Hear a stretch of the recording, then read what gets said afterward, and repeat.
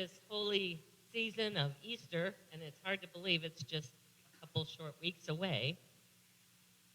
And what we use it for as our own invitation to awaken more deeply to our own indwelling Christ nature. We have been, through this Lent season, sort of laying a foundation so that we can do that in a greater way, in a deeper way, by exploring the most iconic and direct teachings of Jesus, what is known today as the Sermon on the Mount. And today, as we wrap this up, I want to focus on how Jesus ends this teaching, giving us a simple test that can be applied to any teaching to see if it's actually the truth it claims to be. And that simple test is this. I'm going to share it with you now. We'll talk about it a little bit more at the end. Does it work? Jesus came to show us how to demonstrate this, not to think about it, not to necessarily tell others how and what they need to do, but to put it into practice and see what the results are. Jesus had been up on the mount or down on the plains. Different scriptures describe it a little differently, but he had been in front of this crowd of people for several days at this point. He had talked about the nature of God and the kingdom of God. He had shared the way in which you can have that heavenly experience of God right in the midst of where you are.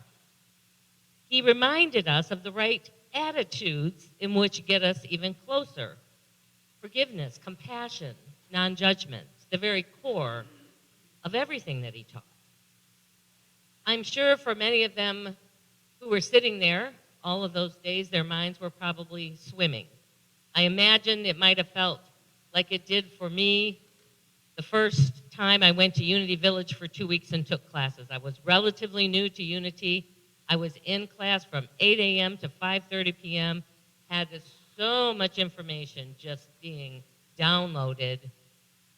By the end of the first week, I wasn't sure if I could do another week because I just felt like I was so full I could barely absorb anything more. And I imagine that they were hearing things because it's not just the information, but it was information that really was challenging me to think about myself, to think about the Creator, to think about life in a very different way, just as Jesus was asking the people that were around him to really throw away much of which they had been taught and see it differently. As Jesus is preparing to wrap things up, he starts by assuring them, and today assuring us, that we can do this. We can make this journey. All that we need is available. You don't have to be that special one that, is now up for sainthood. Every single person, no matter what your background is, no matter where you are in this journey, has what's needed available to them. And he says it this way. He says, ask, and it will be given you. And you will find. Oh, no, sorry. Seek, and you will find. Knock, and it will be open to you. You've heard that one probably many times if you've sat in too many church services. And then he goes on to say, for everyone who asks receives, everyone who seeks will find, and to him who knocks it will be opened. So right there, he's saying all you have to do is be willing to ask and be a participant in this process. He goes on to say, well, who among you, if one of your children asked you for some bread, you would give them a stone? The Father, and this is his really other big message to the people of that time and to all of us, that God was not some external, distant entity out there. That there was this relationship between the Creator and the creation, between the Father and the Son. And he says, if you who are so ignorant and so challenged to love and care would do this for your child, how much more would the God that loves you do for you? Jesus was the first to demonstrate that, again, God is an intricate part of our lives. It's not some separate tyrant out there making decisions about whether to engage or not engage, to help or to hurt parts of his creation. That the love, that unconditional love that our ideal Father would have for us is present through this one that we call God. He then goes on to say this: enter by the narrow gate, for the gate that is wide is the way that is easy, that leads ultimately to destruction, and those who enter by it are many. For the gate that is narrow, the way may be hard, and it leads to a life in which there is eternal change, although few will find it. You know, in medieval days and even going back way before that to Roman times, there was often a wide gate to let people into the city limits, if you will, that in times of festivals or other times of the year would be wide open. At other times, there was a small, narrow gate with a door that you had to basically be allowed to come in at that time. The narrow gate was the one that few got to go through. So he was talking to people about things that they already understood. The Message Bible says it this way, and the Message Bible just updates the language into a way that feels more natural for us. It says, don't look for shortcuts to God. The market is flooded with surefire, easygoing formulas for a successful life that can be practiced in your spare time. Don't fall for that stuff, even though crowds of people do. The way to life, to God, is vigorous and requires your total attention. Jesus is trying to help the people understand that the only way to express permanent harmony with life, perfect health, abundance, peace, in many ways what the people of that time would call salvation in its truest sense, is by bringing about permanent change in our consciousness, in our minds, and in our hearts. It's not about what's going on out there, it's about what is alive within us. And it takes inner conviction, it takes focus, it takes attention to be able to shift the way we think and feel habitually. It's a narrow gate because it's not easy. It might be simple, but at least in my experience, it's not always easy to do. And yet, the results won't be temporary, like so many things that we experience. Rather, they will support our journey through eternity. Once that change and that shift really happens within, it's ours. And it's ours to walk us even into greater ways of our own awakening. The wide gate, and sort of our human default gate, I would call it, seeks to change the people and the situations around them. Boy, if only that person would change. If only those people would stop being at war with each other, then I could finally find some peace. We pray to God to change what's going on out there in hopes that it will bring us the state of mind and heart that we desire within. The narrow gate seeks that same peace, yet knows that that lasting peace, that peace that passes all understanding, is only found when we change our own minds and our own hearts. So as we move into a time of meditation, we're going to go a little earlier today. This is what I would invite you to focus on today. Whatever might be happening in your outer world right now that's affecting how you think and feel and live and engage and experience life, to see if we can't begin to make that shift within. I'm going to share with you, there's a book that I have, and I've shared a few of these over time. It's called Change Me Prayers by Tasha Silver. And I'm going to share one of those prayers with you today. And I would just invite you, as we begin to get quiet, as we tune out everything else going on around us, as we try and quiet our own minds and just be fully present in this moment, to allow my words to become yours. Just start by taking a deep breath, and as you breathe the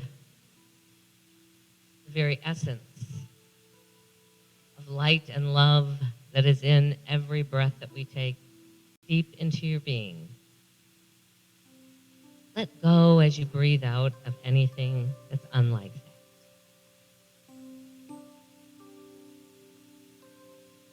And just allow these words to resonate both in mind and heart.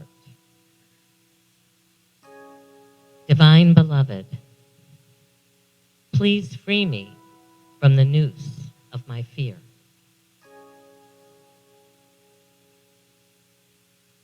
May I be used by you in service to the light. Divine Beloved, please change me into one who feels completely safe and guided by your love.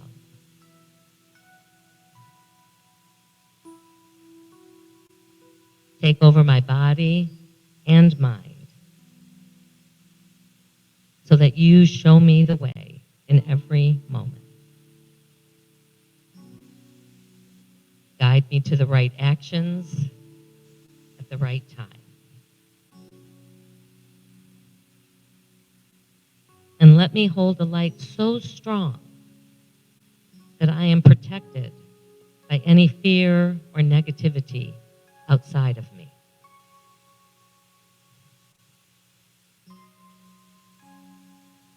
Feel that again, and let me hold a light so strong that I am protected from any fear or negativity outside of me. May I be a vessel for the light for all who need.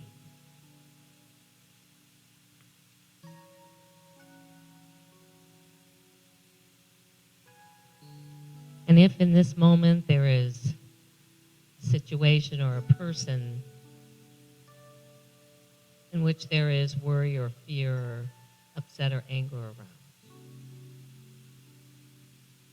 see if you can't take that situation into this divine light and trust and feel a sense of peace, that it will all work out, and that it does not have the power to keep you in that negative state. Bless it for allowing you to develop a stronger muscle so that you can stay connected even in the midst of outer turmoil. Release it. And rest in the awareness that God is right in the midst, that love is in the midst, that light is guiding you to the right actions at the right time.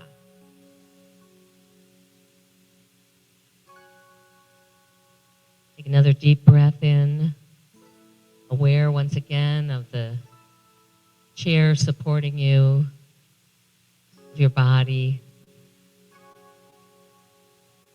of the breath as it's flowing in and out of your body.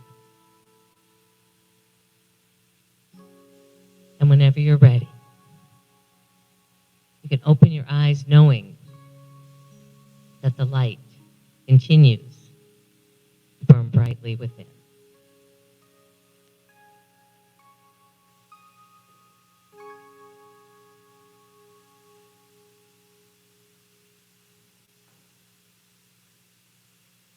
So as Jesus is wrapping up his final teachings, he goes on to say this, and this again comes from the Message Bible. It says this, it says, "Be wary of false preachers who smile a lot, dripping with practiced sincerity. Chances are they're out to rip you off in some way or another. Don't be impressed with charisma. Look for character. Who preachers are is the main thing, not what they say. A genuine leader will never exploit your emotions or your pocketbook." Now, I don't believe that Jesus was saying that anyone who's charismatic is necessarily trying to do something nefarious or lead people astray. Rather, he's simply reminding us that if we blindly follow any teaching, or if we're following simply the feeling of how good that person makes us feel, then we can travel down a road that may not serve us. And sometimes we have to do that for our own discovery and learning. You know, oftentimes people will attend a church because they really like the minister. They really like the music. And I believe, ultimately, the intention of people coming, whether it's to this community or to another, your real core intention should be that you're coming to commune with God. That this is a time where you can come and be focused on your spiritual life. So much of our week gets hijacked by other things that we are called to do and spend our time on during our week. So this is the time where you come to be grounded and to be filled up and to be nourished by your spiritual connection. And sometimes that might happen through the message, although that you will get personally transformed by this message 52 days or 52 weeks a year is probably not true. Some weeks you may resonate, you may hear, you may awaken to something a little different. Sometimes it could be the music. You know, music has the power to really move us in many ways, to inspire us. Sometimes it might be the meditation. You may not really hear much new in the message, but in that meditation time, you are able to feel that sense of spiritual connection and oneness. Sometimes it comes with an interaction with somebody else in the community. It might happen in the prayer room over here. It might happen just in a conversation that you have with those around you. And I also believe that the false preachers are not always out there. They're also in our own thoughts, in our own actions. You know, it's our human tendency to want to feed our sensual appetites, you know, our taste and smell and the way that we feel. And short-term satisfaction can feel like a balm, and yet it also tends to lead us to thinking that somewhere out there there's something that's going to come in and do the trick. If I just do this one thing, if I can follow this one path, then that will be what makes me feel better in the long run. And yet, we're reminded in this that the narrow gate is one that can't be found through a shortcut. It only can be found through the work that we do within. We build our foundation either on bedrock or on the sand. And that's how Jesus ends up his teaching. He says this, that if you build this grounded in the awareness that it is within you that the transformation has to happen, rather than waiting for things to transform out there, your house will be solid. It will not be battered by the storms. It will not be blown away. when the winds start to blow strong. One of the things that has guided me ever since I walked into these doors is the question, does it work? If we do this, if I earnestly have a certain set of practice, does it work? If I choose to respond to someone with competition rather than compassion or kindness, does it work? Does it give me the sense of peace or the sense of connectedness that I was hoping for? If I react in anger rather than understanding or forgiveness, and you can flip these two, do I experience a greater sense of peace? If I choose not to judge something, or even myself, as good or bad, do I feel a greater sense of self-worth? Do I feel a greater sense of oneness with the person that I've made that decision around? Does prayer and meditation, does the practice of going aside each day, going within each day, bring me a sense of centeredness and calm? So whatever is calling you or you're feeling guided to practice, ask the question, does it work? Is it bringing to me in my daily experience of life what I'm seeking? And if it's not, then it might be time to take a look at what you're practicing or be open to practicing and seeing it differently. As Reverend Carol used to say in her Sunday messages, do you remember what she used to say? Yeah, let's do it together, or, because it works. And I think that it's true today. The things that we are called to do, the teachings that we are asked to not only understand but to embody in our lives, it works. So bless you on this Sunday as you move into a greater and greater sense of awakening. This whole process that we're going through is all about opening us to and allowing a way for us to reawaken in new ways, to resurrect, if you want to think of it that way, a new way of experiencing who we are and feeling that sense of oneness with our Creator. Well, it is our opportunity now to share of our financial good with this ministry.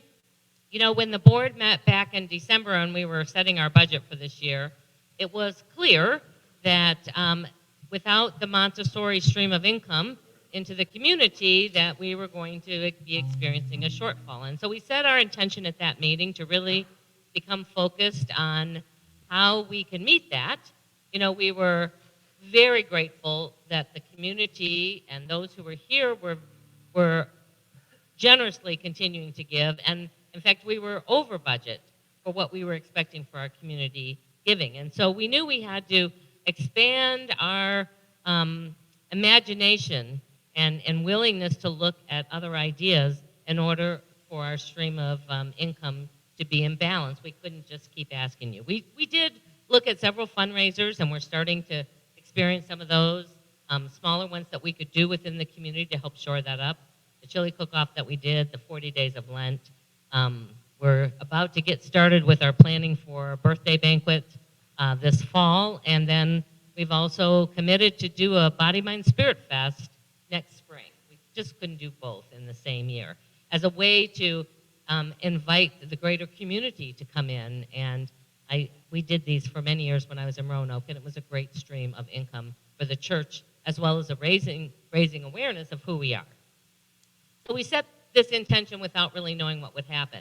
And in January, we had the woman who was going to be our director for a church-based Montessori school, a church-owned Montessori school, which we just couldn't quite get to a viable space, and said, would you be willing to do a profit sharing with me? I'm going to invest my time, my energy, my salary into this, and as I grow, you'll grow. So we have agreed to that, and I'm excited that she's going to be opening April the 1st. She's been working hard at, yes, she's got a couple kids. She's going to be open in the summer, She is offering before and after care, so it's a full day program, which is something that we weren't um, ready to invest in yet. So she's offering the whole thing. So if you know of anybody, and she's also doing toddlers, which is 18 months all the way up to 5 or 6 years. So it's happening, and we encourage you to maybe spread the word for us.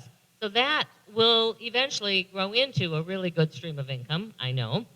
And then we got approached. It's just interesting how when you set the intention and you open yourselves, things just start showing up. We got approached by another church about renting our sanctuary, and we've been in negotiations with them. It doesn't look like that's going to happen, but there was another opportunity that came in. And then we more recently got an inquiry about putting a cell tower on the back of our property. And while I was away, in those years that I was away, apparently this was also agreed to and then ultimately never really made it past the city council. But just that alone and saying yes to this, while this process is happening, they will start paying us even before it gets approved by the city council. So, and it probably will be a year-long process just to get it to that place, but it is a great way for us to find ourselves not just in balance, but I am seeing us with a surplus so that when things happen, we have the reserves and we can just easily take care of it. So it is just another example of how the power of our own intentions and how when we are collectively all thinking and believing and open in the same direction, that the channels are there, that they find their way to us. We didn't even have to go seek these. They just showed up. As we continue to know abundance in our own lives and in the lives of this community, we just bless everything that comes as an opportunity for us. And let us take that time now to put what we offer today or the energy of it in our hands and in our hearts and join and bless it.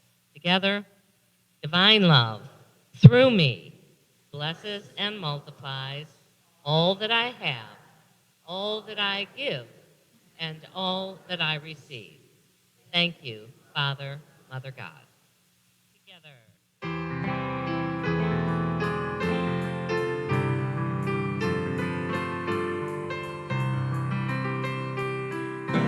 Let there be peace on earth, and let it begin with me. Let there be peace on earth, the peace that was meant to be. With God as our Father, family all are we. Let me walk with my family in perfect harmony. Let peace begin with me. Let this be the moment now.